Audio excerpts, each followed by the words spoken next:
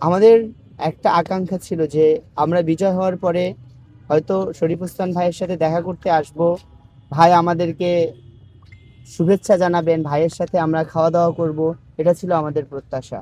কিন্তু অত্যন্ত দুঃখের বিষয় হলো আমাদের ভাইকে নির্মমভাবে শহীদ করে দেওয়া হলো, কিন্তু আমাদের রাষ্ট্র এখন পর্যন্ত ভাইয়ের খুনিদের বিচার নিশ্চিত করতে পারেনি। এটা আমাদের জন্য যেমন একটা লজ্জার বিষয়, পাশাপাশি এটা রাষ্ট্রের সিকিউরিটি সিস্টেম এবং রাষ্ট্রের সার্বভৌমত্বের জন্য একটা হুমকি হিসাবে দেখছি আমরা। আমরা নির্বাচিত হওয়ার পরে আমরা প্রথমেই বলেছি যে আমরা শহীদ ওসমান বিন হাদি ভাইকে আমরা সবসময় ধারণ করি। আমরা শহীদ ওসমান বিন হাদি ভাই যে পথে সংগ্রাম করেছেন এবং বাংলাদেশ ইসলামী ছাত্র শিবির যে পথে সংগ্রাম করে যাচ্ছেন, আমাদের পথ এক ও অভিন্ন। আমাদের সংগ্রাম জালিমতন্ত্রের বিরুদ্ধে, স্বৈরাচারের বিরুদ্ধে, জুলুম নির্যাতনের বিরুদ্ধে, মানবাধিকার লঙ্ঘনের বিরুদ্ধে। আমরা এক একজন নির্বাচিত প্রতিনিধি, আমরা শহীদ শরীফ ওসমান বিন হাদির কণ্ঠস্বর হিসেবে কথা বলতে চাই।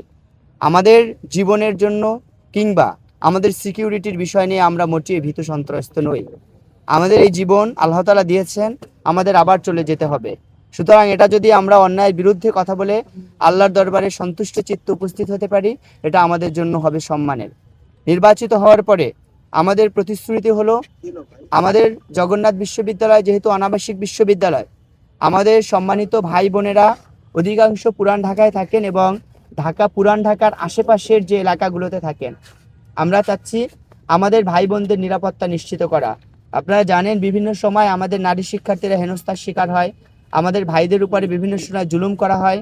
এগুলোকে আমরা বন্ধ করতে যাচ্ছি। আমাদের টার্গেট আমাদের শিক্ষার্থী ভাই বোনদের নিরাপত্তা নিশ্চিত করা। এজন্য আমাদের স্থানীয় প্রশাসনের সহযোগিতা প্রয়োজন, আমাদের স্থানীয় ব্যক্তিদের প্রয়োজন, সহযোগিতা প্রয়োজন, রাষ্ট্রীয় প্রশাসনের সহযোগিতা প্রয়োজন, বিশ্ববিদ্যালয় প্রশাসনের সহযোগিতা প্রয়োজন এবং ঢাকা শহরে যারা প্রভাবশালী ব্যক্তিবর্গ রয়েছেন, যারা এই কাজে আমাদের সহযোগিতা করবেন, আমরা সবাইকে সাথে নিয়ে একসাথে আমাদের ভাইদের বোনদের নিরাপত্তা নিশ্চিত করতে চাই।